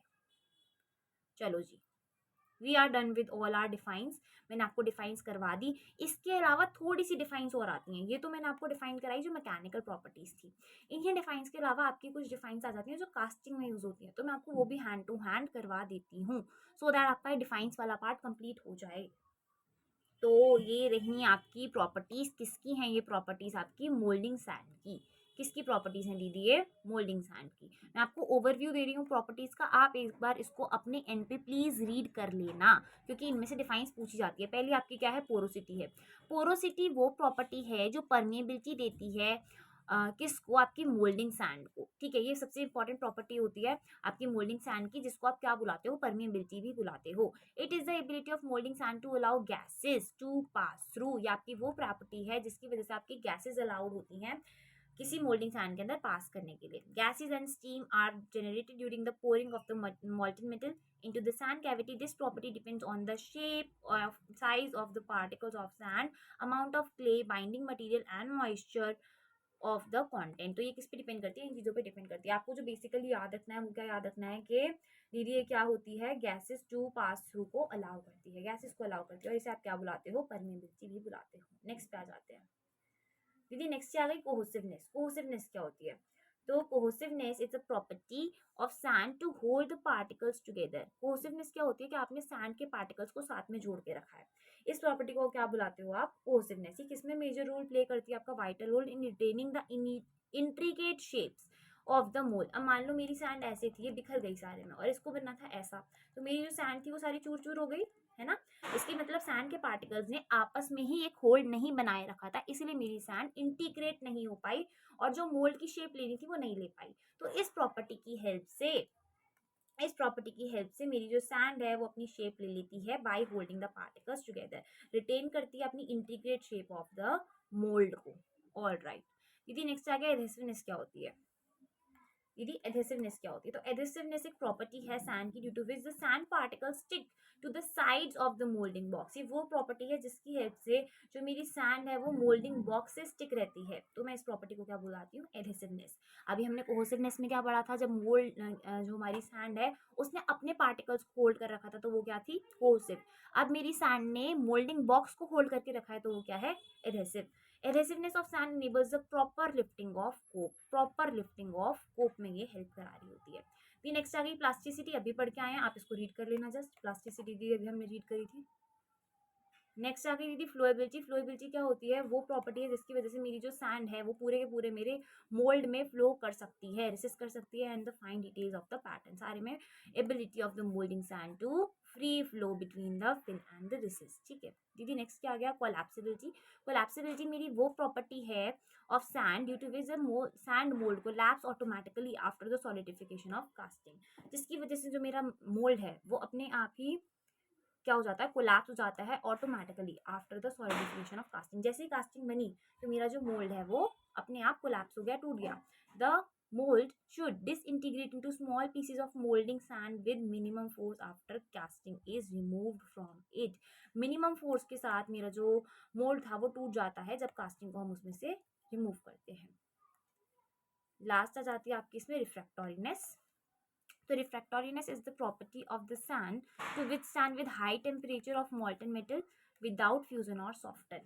तो ये वो प्रॉपर्टी है जिसकी वजह से जो आपकी सैंड है वो हाई टेम्परेचर पे परसिस्ट कर पाती है विदाउट फ्यूजन और सॉफ्टन। जैसे आप किसी चीज़ को हाई टेम्परेचर देते हो तो वो सॉफ्ट हो जाती है, बट वही प्रॉपर्टी सैंड की जिसकी वजह से वो हाई टेम्परेचर पर नहीं पिघल रही होती, टेम्परेचर ऑफ मॉल्टन सैंड विथस्टैंड कर जाती है उस हाई टेम्परेचर पे और फ्यूजन या सॉफ्ट नहीं होती, तो उस प्रॉपर्टी को क्या बुलाते हो आप? रिफ्रैक्टोरीनेस। यहाँ पे एक एग्जांपल भी दिया हुआ है कि मेरी जो सैंड है वो इतनी पर भी विथस्टैंड कर लेती है। चलो जी, हमने ये भी यार। तो अभी हम क्या कर चुके कवर? अभी हम कर चुके हैं आपका गेटिंग सिस्टम, आपकी कुपोला फर्नेंस। मैंने आपको प्रॉपर्टीज ऑफ मटेरियल्स करवा दी, जितनी आपकी अभी के लास्ट टू ईयर पेपर्स में उससे ज़्यादा ही करवा दी मैंने आपको। इन टोटल कम से कम 15 प्रॉपर्टीज़ करवाई हैं जिनकी बेसिक डिफाइंस आप लर्न कर लेना। अब मैं आपको थोड़ा सा होमवर्क असाइन कर देती हूँ। होमवर्क में आप क्या कर रहे होंगे? Function of core in gating system देख रहे होंगे कि कोर का क्या फंक्शन होता है गेटिंग सिस्टम में। आप होमवर्क में देख रहे होगे मास्टर पैटर्न क्या होता है। क्या देख रहे होगे आप? मास्टर पैटर्न क्या होता है। चलिए अब मैं आपको नेक्स्ट टॉपिक पे ले आती हूँ, that is your pattern material और पैटर्न अलाउंसेस। कितने टाइप्स के आपके पैटर्न होते हैं, कितने टाइप्स के आपके पैटर्न होते हैं, ये रहा आपका पैटर्न। उसके बाद मैं आपको बता रही हूँ कि पैटर्न मटेरियल क्या होता है और पैटर्न अलाउंसेस कौन कौन सी होती है। ये तीनों अपने आप में ही बहुत मेजर टॉपिक्स हैं, तो मैं कोशिश करूंगी कि जल्दी कवर करने हम लोग, बिकॉज ये वीडियो जितनी लंबी होगी उतना आई गेस आप लोगों के लिए प्रॉब्लमेटिक हो जाएगा, because we are needing it on last moment. तो जितनी जल्दी बन सकती है I will try it on my best. So let's get started with it. Well let's get start with the new topic, that is metal casting processes, जिसमें आप किसके बारे में पढ़ रहे होंगे, पैटर्न के बारे में पढ़ रहे होंगे, मोल्ड के बारे में पढ़ रहे होंगे, पैटर्न अलाउंस पढ़ रहे होंगे और टाइप्स ऑफ पैटर्न भी पढ़ रहे होंगे। I just truly don't want to elaborate the video, तो मैं इसे शॉर्ट रखूंगी, आपको मार्क कर दूंगी topics, you just can access the PDF from the description और उन्हें रीड कर लेना, ऑल राइट। बिकॉज आप लोगों के पास इतना टाइम नहीं है कि मैं 4-5 घंटे की वीडियो बना दूँ and you people are going to see it. मैं इसे जितना शॉर्ट रख सकती हूँ उतना शॉर्ट रखूंगी, कोशिश करूंगी 1 से 1.5 घंटे में आपके सारे टॉपिक्स कवर हो जाएं। सबसे पहले अगर हमने देखा कि मेटल कास्टिंग प्रोसेस होती क्या है, तो बेसिकली कास्टिंग जो है ना, ये मोस्ट ऑफन यूज प्रैक्टिस है जो कॉम्प्लेक्स शेप को बनाने में यूज होती है। इसमें आप अनइकोनॉमिकली शेप्स को प्रोड्यूस कर रहे होते हैं, मतलब इजी प्रोसेस होता है, इसमें आपको रिक्वायर साइज इजीली मिल जाता है with the use of several small pieces. और राइट, चलिए नेक्स्ट आ जाते हैं। नेक्स्ट हम आ गए यहाँ पे कास्टिंग होती क्या है, तो कास्टिंग की यहाँ पे इन्होंने डिफाइन दे दी कि जो कास्टिंग है that is a manufacturing process. क्या है कास्टिंग? एक मैन्युफैक्चरिंग प्रोसेस है। उसके बाद इन्होंने बोला in which liquid metal is usually poured into a mould, जिसमें आप लिक्विड मेटल को किस में डाल रहे होते हो, एक मोल्ड में डाल रहे होते हो, which contains a hollow cavity, जिसके अंदर क्या होती है, होलो कैविटी होती है जो डिजायर्ड शेप की होती है। Then it allowed to solidify, और जो सॉलिडिफाइड पार्ट होता है उसको आप क्या बुलाते हो, कास्टिंग बुलाते हो। विच इज इजेक्टेड और broken out to the mould to complete the process. जैसे या तो आप इजेक्टेड आउट कर लेते हो, मतलब बाहर निकाल लेते हो, ब्रोकन माने मोल्ड को तोड़ के बाहर निकालते हो, क्या कंप्लीट करने के लिए, प्रोसेस को कंप्लीट करने के लिए। तो दी हमने क्या क्या पढ़ा, एक बार लिख लें? ठीक है जी, लिख के देख लेते हैं। सबसे पहले दी हमने पढ़ा एक ऑब्जेक्ट होता है, एक ऑब्जेक्ट होता है, उसकी जब मैं कॉपी बनाती हूँ, डुप्लीकेट बनाती हूँ, तो मैं उसे क्या बुलाती हूँ, पैटर्न बुलाती हूँ। पैटर्न के अंदर दीदी एक हॉलो कैविटी होती है दीदी, जिसे आप क्या बुलाते हो, मोल्ड बुलाते हो। दीदी मोल्ड के अंदर आप क्या भर देते हो, अपना मोल्ड जो होता है बेसिकली पहले वो क्या होता है, डिजायर्ड शेप का होता है, डिजायर्ड शेप का होता है। हॉलो कैविटी होती है, हॉलो कैविटी होती है दीदी। उसके बाद क्या बताया आपने, हॉलो कैविटी होती है, ठीक है। हॉलो कैविटी में आप क्या डाल रहे हो, तो लिक्विड मेटल को पोर कर देते हो। क्या डाल देते हो दीदी, लिक्विड मेटल डाल देते हो, ठीक है। लिक्विड मेटल के बाद दीदी क्या करते हैं हम, लिक्विड मेटल के बाद उसे सॉलिडिफाई होने के लिए छोड़ देते हैं। हमने यहाँ पे उसे सॉलिडिफाई होने के लिए छोड़ दिया। अब सॉलिडिफाई होने के बाद या तो हम इजेक्ट आउट कर लेते हैं, इजेक्ट आउट माने बाहर निकालना, और या फिर हम अपने मोल्ड को ही तोड़ देते हैं, ब्रोक कर देते हैं, तोड़ देते हैं, to make the process complete. क्या हो जाता है इसके बाद, मेरा प्रोसेस कंप्लीट। तो ये मेरी बेसिकली कास्टिंग की डिफाइन होती है। अगर मैं आपको बेसिक समझाऊं तो कि दीदी हमने सबसे पहले क्या किया, हमने सबसे पहले एक ऑब्जेक्ट लिया, ऑब्जेक्ट का मैंने पैटर्न बनाया। पैटर्न क्या होता है, डुप्लीकेट होता है ऑब्जेक्ट का। दीदी जो मोल्ड होता है वो आपकी एक हॉलो कैविटी होती है, जो डिजायर्ड शेप की हॉलो कैविटी है। इसमें आप क्या पोर करा रहे होते हो दीदी, लिक्विड मेटल को। लिक्विड मेटल को दीदी आप सॉलिडिफाई होने के लिए छोड़ देते हो। लिक्विड मेटल जब सॉलिडिफाई हो जाता है तब तो या तो उसे आप इजेक्ट आउट कर लेते हो या फिर ब्रोक कर देते हो मोल्ड को, क्या निकालने के लिए, अपनी कास्टिंग को बाहर निकालने के लिए दीदी। उसके बाद हमारा प्रोसेस क्या हो जाता है, कंप्लीट हो जाता है। तो ये मैंने अपनी कास्टिंग के बारे में बता दिया आपको। नेक्स्ट आ जाते हैं टाइप्स ऑफ कास्टिंग क्या है। बेसिकली मैं अभी आपको सैंड कास्टिंग करा दूंगी, प्रेशर कास्टिंग करा दूंगी, सेंट्रीफ्यूगल कास्टिंग भी मैं करा दूंगी। आपकी जो शेल कास्टिंग है ये आपका क्या रहेगा, होमवर्क रहेगा, आप इसे होमवर्क में करेंगे। प्लस में शेल कास्टिंग के साथ एक इन्वेस्टमेंट कास्टिंग भी कर लेना, ठीक है। ये सिलेबस में नहीं है पर पूछ लेते हैं कभी कभार एग्जाम्स में, तो इन्वेस्टमेंट कास्टिंग और शेल कास्टिंग आपके होमवर्क में रहेगी। अभी मैं आपको क्या करा दूंगी, सैंड कास्टिंग। बेसिकली जो पीडीएफ है सैंड कास्टिंग की ही है। तो सैंड कास्टिंग है क्या, एक मोस्ट पॉपुलर प्रोसेस है जिसमें सेंचुरी से यूज करते आ रहे हो, जो एनेबल करता है आपके स्मॉलर बैचेस को देन परमानेंट मोल्ड से। ये आपका रीजनेबल कॉस्ट पे काम हो जाता है। इसमें आप बहुत सारे नॉन मेटल्स का भी यूज कर सकते हो। जो आपके मोल्ड्स रहते हैं इसमें वो सिंथेटिक भी रहते हैं या फिर आपके सिलिका बेस्ड भी रहते हैं, ठीक है। नेक्स्ट आते हैं हम यहाँ पे, आपका पैटर्न क्या होता है। मैंने अभी आपको पैटर्न बताया था कि रेप्लिका होता है या डुप्लीकेट होता है, जो भी ऑब्जेक्ट तुम्हें बनाना है उसका। दीदी नेक्स्ट आ जाते हैं मोल्ड क्या होता है। दीदी आपने बताया था मोल्ड क्या होती है, हॉलो कैविटी होती है जिसमें आप अपना सामान डाल करके कौन सा प्रोसेस करवा रहे होते हो, मोल्डिंग का प्रोसेस करवा रहे होते हो। दीदी नेक्स्ट आ जाते हैं, आप स्टेप्स क्या होते हैं किसी सैंड को कास्ट करने के। तो पहला स्टेप क्या होता है, आपको एक पैटर्न क्रिएट करना पड़ता है जो किसका जैसा दिखता है, 3 डायमेंशनल कॉपी दिखती है आपके मॉडल की जो भी ऑब्जेक्ट है उसकी। दीदी उसके बाद आप मोल्ड बनाते हो, पैटर्न बनाओगे, उसके बाद मोल्ड बनाओगे जो होलो कैविटी रहेगी।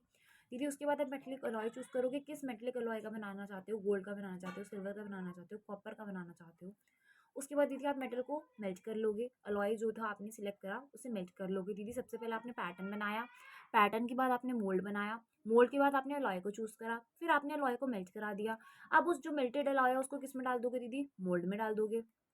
और उसके बाद आप अपनी कास्टिंग को रिमूव कर दोगे, चाहे वो आप उसे तोड़ के रिमूव करो या फिर उसमें से इजेक्ट आउट कर लो। और लास्ट में आप क्या कर दोगे दीदी, फिनिशिंग कर दोगे। लास्ट में क्या कर दोगे दीदी, फिनिशिंग।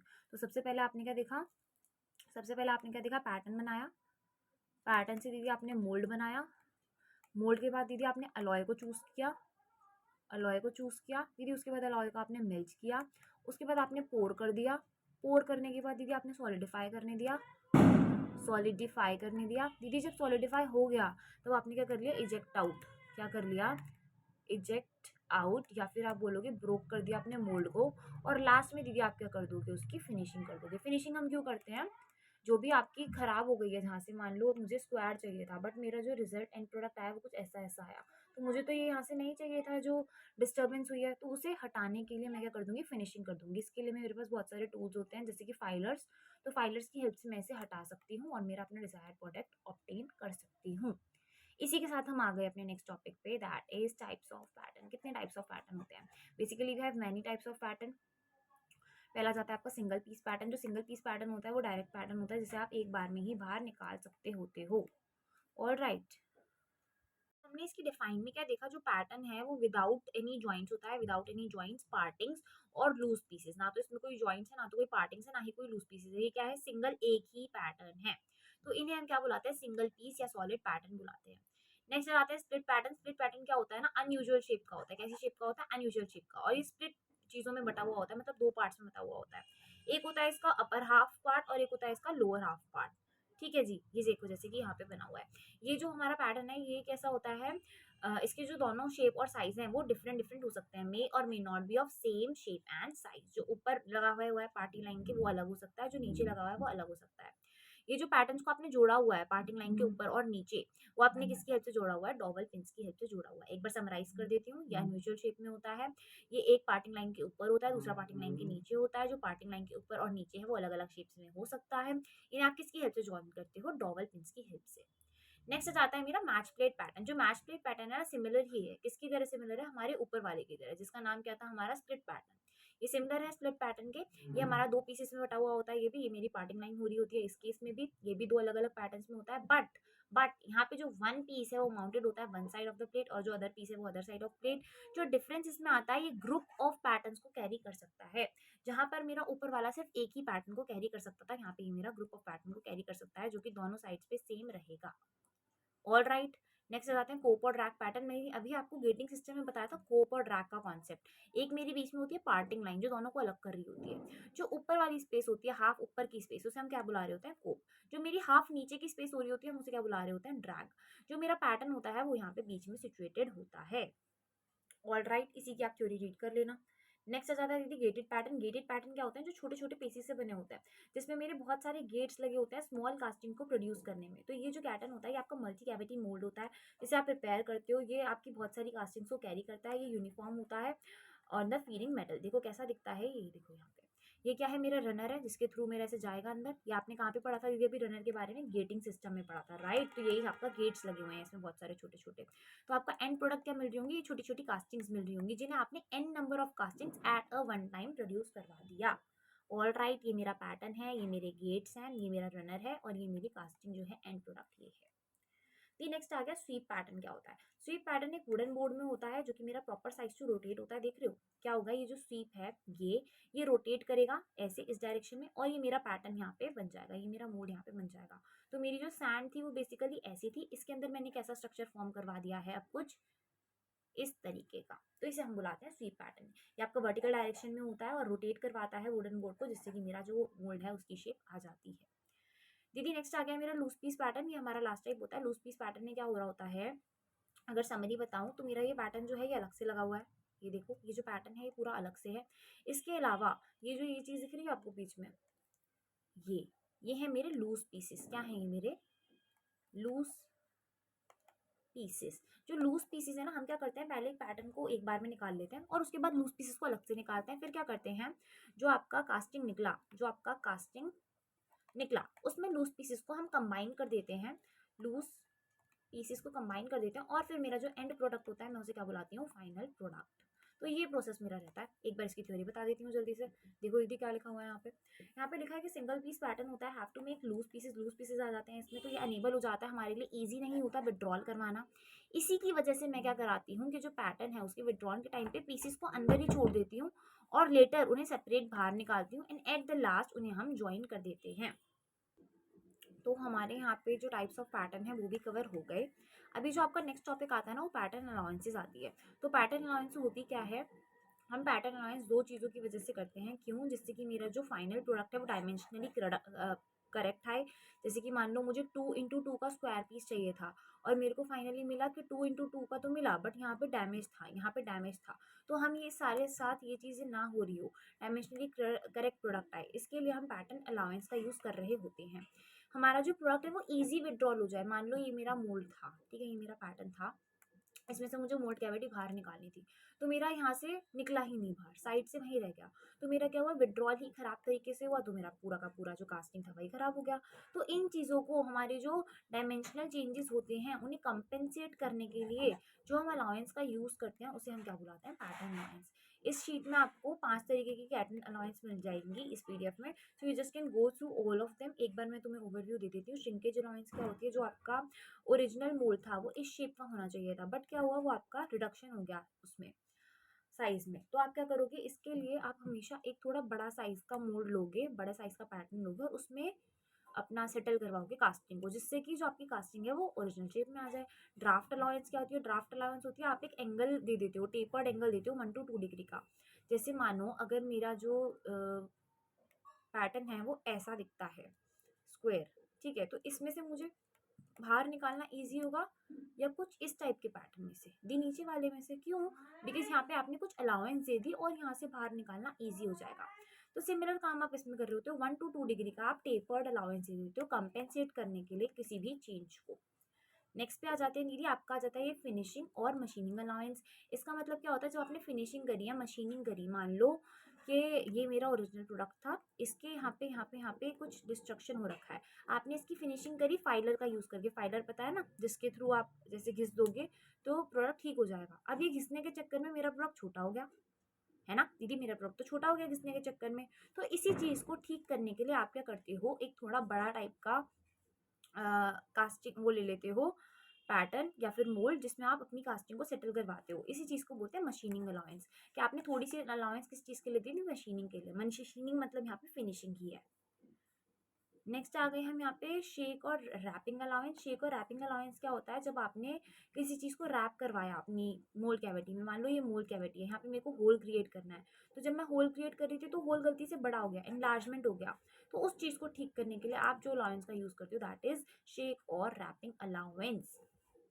ऑल राइट, ये किस लिए यूज होती है, rapping the pattern for the easy removal from the cavity. Enlargement हो जाती है इस वजह से कैविटी की, तो इसी को हम बोलते हैं शेक और रैपिंग अलाउंस। लास्ट आ जाता है इसमें आपका डिस्टॉर्शन और कैम्बर अलाउंस। इसका मतलब क्या है, जिस शेप में प्रोडक्ट चाहिए था उसका अगर अपोजिट शेप में बन रहा है, मान लो मुझे इस शेप का चाहिए था, मेरा इस शेप में आया, तो मैं क्या करूँगी, बनाऊंगी ही इस शेप में, तो ये किस शेप में बन के आएगा, इस शेप में। मतलब अगर आपका प्रोडक्ट बार बार उल्टी शेप में आ रहा है जो आपको चाहिए, तो आप उल्टा ही शेप बनाओ जिससे कि आपको सीधा प्रोडक्ट मिल जाए। जैसे कि यहाँ पे हमने किया है, अगर मुझे ऐसा रिजल्ट चाहिए तो मैं ऐसा प्रोडक्ट बनवा रही हूँ, अगर मुझे ऐसा रिजल्ट चाहिए तो मैं ऐसा प्रोडक्ट दे रही हूँ। दिस इज योर डिस्टॉर्शन और कैम्बर अलाउंस। इसके बाद आपकी मोल्डिंग सैंड आ जाती है और उसकी प्रॉपर्टीज आ जाती है, तो इसको आप एक बार रीड कर लेना जस्ट, कि ग्रीन सैंड की क्या क्या प्रॉपर्टीज होती हैं, ड्राई सैंड की क्या होती है, लोमी सैंड की क्या होती है। जस्ट रीड देम वंस, ठीक है। फेसिंग सैंड कैसा दिखता है, पार्टिंग सैंड कैसा दिखता है, फिर तुम्हारा बेकिंग सैंड कैसा दिखता है, कोर सैंड कैसा दिखता है, इनको रीड कर लेना। उसके बाद ये प्रॉपर्टीज ऑफ मोल्डिंग सैंड आ गई, जो मैंने पहले ही आपको पढ़ा दी, तो हम ये टॉपिक भी कवर कर चुके हैं। ऑल राइट, ये अब हम क्या कर चुके हैं, हम पैटर्न मटेरियल भी कर चुके, हमने यहाँ से आपका पैटर्न मटेरियल भी कर लिया है। ये रहा पैटर्न मटेरियल दीदी। इसके बाद क्या बची आपकी कास्टिंग बची। मैं जल्दी से एकदम फटाफट से कास्टिंग कवर करवा देती हूँ जिससे कि आपका कोर्स जल्दी से हम कंप्लीट कर पा रहे हों। इन्वेस्टमेंट कास्टिंग कोर्स में नहीं है तो you people can also remove it. इसकी जगह पे शेल कास्टिंग जरूर कर लेना। पर क्या कर लेना, शेल कास्टिंग जरूर कर लेना, जरूर से बिल्कुल जिसे कहते हैं। इसके बाद एक होमवर्क और दे देती हूँ तुम लोगों को मैं, जो कि क्या रहेगा आपका, कास्टिंग और कोर्स और चैपलेट्स के बारे में पढ़ लेना। इसका 2 मार्कर क्वेश्चन कंफर्म्ड होता है, 2 मार्कर क्वेश्चन कंफर्म्ड होता है। प्लीज डिफाइन निकाल के पढ़ लेना। सिमिलरली मास्टर पैटर्न की प्लीज डिफाइन निकाल करके पढ़ लेना। जो छोटा सा काम अभी मैं तुम्हें करा देती हूँ, कास्टिंग करवा देती हूँ, कास्टिंग के टाइप्स करवा देती हूँ। मैंने अभी अभी आपको क्या बताया कि कास्टिंग में तुम्हें 3 टाइप्स पढ़ने हैं। यहाँ पे अगर लिख के दिखाऊं तो मैं लिख के दिखा देती हूँ एक बार। देखो यहाँ पे लिख देते हैं। मैंने आपको बताया आपको कास्टिंग में क्या क्या करनी है। एक तो सेंट्रीफ्यूगल करनी है, Sentry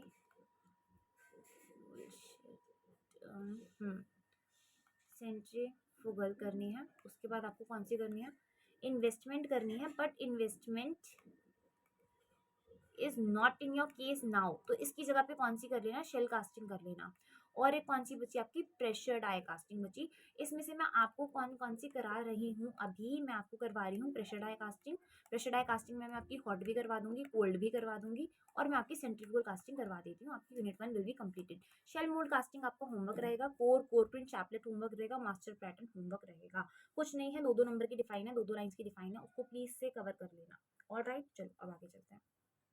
well here we are on our next topic, that is pressure die casting. अभी मैंने आपको बताया कि हम प्रेशर डाई कास्टिंग में 2 टाइप्स की कास्टिंग पढ़ते हैं, that is hot pressure die casting और आपकी कोल्ड प्रेशर डाई कास्टिंग, जिसे आप हाई भी बुलाते हो और लो भी बुलाते हो। ठीक है, जल्दी से मैं आपको डिफरेंस बता देती हूँ। डिफरेंस के बेसिस पे जिसमें तुम्हें एडवांटेज बता देती हूँ दोनों की। सबसे पहले हाई प्रेशर कास्टिंग की पढ़ रहे होंगे, फिर हम लो प्रेशर कास्टिंग की पढ़ रहे होंगे। अगर मैं आपको डायग्राम की हेल्प से दिखाऊं, अगर मैं आपको डायग्राम की हेल्प से दिखाऊं, देन इट इज योर, पहले आप यही देख लीजिए एडवांटेज, तो इजी रहेगा आई गेस। तो यहाँ पे आ गया हमारा features and advantages of high pressure die casting. क्या होती है कि ये शॉर्ट कास्टिंग साइकिल्स में होता है, ये आपका सुटेबल रहता है थिन वॉल्ड कंपोनेंट्स में, ये आपका स्मूथ सरफेस दे रहा होता है, और ये सूट होता है आपका ऑटोमेशन में। ठीक है, कास्टिंग साइकिल छोटी रहती है, थिन वॉल्ड कंपोनेंट्स रहते हैं, सरफेसेस स्मूथ रहते हैं, और ये ऑटोमेशन में भी हेल्प कर रहा होता है। अब आ गए मेरे फीचर्स एंड एडवांटेजेस। तो यार हमारे यहाँ पे पहला क्या आ गया कि गुड इसकी स्ट्रेंथ वैल्यूज रहती है, कॉम्प्लेक्स ज्योमेट्रीज में ये सुटेबल रहता है, इसके लिए कोई आपको फीडर की जरूरत नहीं होती, ये डायमेंशन एक्यूरेसी अच्छी दे रहा होता है, प्लस में whole process will be suited to automation, automation के लिए ये भी आपका वेरी गुड रहता है। Less complicated machine than die technology, less complicated रहती है आपकी मशीन। यहाँ पे मैंने आपके दोनों के डायग्राम स्टेट कर दिए, you can also go through these diagrams. ये आपकी क्या है, हाई प्रेशर डाई कास्टिंग है, जिसमें आपका प्रेशर लग रहा है। ठीक है, इसमें आपका प्रेशर लगता है, प्रेशर जैसे आप नीचे लगा रहे हो तो जो आपका अंदर का लिक्विड मेटल है वो कहाँ जाएगा, ऊपर की साइड जाएगा, और वो जाके यहाँ पे आपका जो प्रोडक्ट है उसको कास्टिंग में करवा देगा। तो ये हाई प्रेशर थी। वेयर एज जो आपका लो प्रेशर होता है उसमें आपका क्या होता है, लेड ले है। मैंने अभी आपको लेड ले के बारे में काफ़ी बताया था, गेटिंग सिस्टम में बताया था, ये वही लेड ले है। इसमें से ऐसे आपने मेटल को पोर करवाया, ये मेटल गया यहाँ से, आपकी जो पिस्टन है ये प्रेशर अप्लाई करेगी, ये प्रेशर जैसे ही अप्लाई करेगी तो यहाँ पे आपका कास्टिंग वाला प्रोडक्ट फॉर्म हो जाएगा यहाँ। ऑल राइट, तो यहाँ पे ऐसे करके प्रोडक्ट फॉर्म हुआ और यहाँ पे ऐसे करके प्रोडक्ट फॉर्म हुआ। तो हमने क्या कवर कर लिया, आपकी प्रेशर डाई कास्टिंग कवर कर ली, उसमें मैंने आपको हाई भी बता दिया, उसमें मैंने आपको लो भी बता दिया। नेक्स्ट टॉपिक पे आ जाते हैं, आपकी सेंट्रीफ्यूगल कास्टिंग क्या होती है। Next topic is our centrifugal casting क्या होती है। इस पे क्वेश्चन आएगा तो 5 मार्क्स का आ सकता है। ये मेरे हिसाब से अभी तुम्हें नहीं देखने मिल रहा होगा किसमें, मिड्स में, ये आपको कहाँ देखने मिल रहा होगा, आपके एंड सेम्स में। ठीक है, ये एंड सेम्स में ज़्यादा देखा जाता है, बट स्टिल क्योंकि ये इंपॉर्टेंट है तो मैं एक बार आपको करवा देती हूँ। आपका इसके बाद चैप्टर 1 का syllabus will be completed. Centrifugal casting के बारे में देखते हैं। समटाइम्स जो आपकी रोटो कास्टिंग होती है, हम इसे भी बुला रहे होते हैं, इसमें बहुत सारे सिलेंड्रिकल पार्ट्स होते हैं। इसमें जो आपका मोल्ड होता है वो स्टील का बन सकता है, कास्ट आयरन का बन सकता है, ग्रेफाइट का बन सकता है। जो आपका कास्टिंग प्रोसेस है वो यूजुअली परफॉर्म करते हो आप हॉरिजॉन्टल सेंट्रीफ्यूगल कास्टिंग पे। किस पे, हॉरिजॉन्टल सेंट्रीफ्यूगल कास्टिंग में। इसके बाद इसमें स्टेप्स कौन से इन्वॉल्व रहते हैं, आपकी मोल्ड प्रिपरेशन इन्वॉल्व रहती है कि आप मोल्ड कैसे प्रिपेयर कर रहे होगे। इसमें आपका पोरिंग इन्वॉल्व रहता है कि आपने पोरिंग कैसे करवाया। ठीक है, बाहर से जो आपका मॉल्टन मेटल था उसको ला करके कैसे डाला, फिर वो रोटेट कैसे हुआ, जैसे यहाँ पे लिखा हुआ है 30 से लेकर के 300 से लेकर के 3000 राउंड पर मिनट तक ये मूव करवाता है। टिपिकली कितना रहता है, 1000 राउंड पर मिनट रहता है। ये अपनी हाई स्पीड पे रोटेट करता है, और रोटेट करने के बाद जब आपका सॉलिडिफिकेशन हो जाता है ठंडा होने के बाद, तब आपको एक सिलेंड्रिकल कास्टिंग मिल रही होती है। या आप ड्रॉबैक में भी देख रहे होगे, क्योंकि सिर्फ इससे एक सिलेंड्रिकल कास्टिंग ही प्रोड्यूस हो सकती है, आप और कोई शेप इससे प्रोड्यूस नहीं कर पा रहे होगे। तो पहले आपने क्या करा, मोल्ड को प्रिपेयर करा, उसके बाद मेटल को पोर कर दिया। मेटल को पोर करने के बाद जैसे वो गोल गोल घूमा तो यहाँ पे कूलिंग के लिए आपने छोड़ दिया। जब वो कूल हो गया तब आपने कास्टिंग को रिमूव कर दिया। कास्टिंग रिमूव करने के बाद आपने फिनिशिंग कर दी। प्लीज़ इसको एक बार रीड कर लेना, इस पेज को आप एक बार रीड कर लेना, इसकी प्रोसेस को मैंने पर तुम्हें एक बार समझा दिया है कि सबसे पहले आपने मोल्ड को प्रिपेयर करा, उसके बाद आपने पोरिंग करा दी, पोरिंग के बाद आपने कूल होने के लिए छोड़ दिया, कूल होने के बाद आपने उसमें से कास्टिंग को रिमूव करके क्या कर ली, लास्ट में फिनिशिंग। नॉर्मल प्रोसेस है कास्टिंग वाला ही।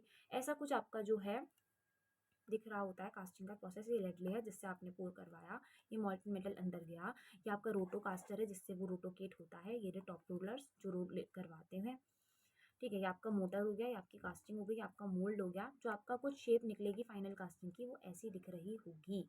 ऑल राइट, यहाँ पे आपके एडवांटेजेस लिखी हैं, इन्हें रीड कर लेना कि जो गेट्स और आइजर है उनकी नीड नहीं होती। कास्टिंग जो है वो एक्वायर करती है हाई डेंसिटी को, इसकी इम्प्योरिटीज लाइटर होती हैं। These castings have the directional solidification starting from outside to inside. यहाँ पे आपके एडवांटेजेस हो गई। डिसएडवांटेज क्या हो गई कि सिर्फ ये जो है आपको हाई एक्यूरेसी नहीं दे सकता, और जो प्रोडक्ट जनरेट होगा वो कैसा होगा, सिलेंड्रिकल शेप में होगा। Some shapes can be generated only, कुछ ही शेप से जनरेट कर पाएगा। So here we are done with the casting 2। हमने क्या क्या कवर कर लिया दीदी, एक बार दिखा दो जल्दी से, हमें तसल्ली हो जाएगी, है ना। तो दिखा देती हूँ मैं आपको। भाई हमने आपका पूरा का पूरा चैप्टर कवर कर लिया। इसके बाद दिखाऊं कैसे, ये देखो दिया आपने हमें हॉट और cold die chamber die casting अभी बता दिया, जो किसका पार्ट था, प्रेशर डाई कास्टिंग का पार्ट था।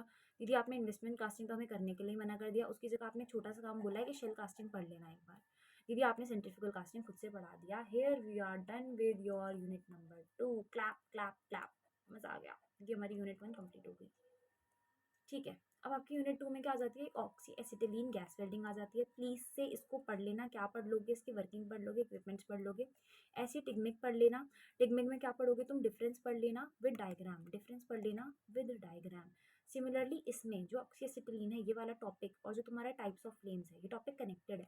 टाइप्स ऑफ फ्लेम्स में क्या होता है, मीडियम फ्लेम होती है, हाई फ्लेम होती है, न्यूट्रल फ्लेम होती है, ये पढ़ लेना प्लीज़ से। ठीक है, जब आप ऑक्सी एसिटिलीन पढ़ लोगे और टाइप्स ऑफ फ्लेम्स पढ़ लोगे, उसके बाद टिग्मिक पे आ जाना। टिग्मिक खत्म करने के बाद अपने एक बार वेल्डिंग के डिफेक्ट्स पढ़ लेना, क्या क्या वेल्डिंग में डिफेक्ट्स देखने को मिलते हैं।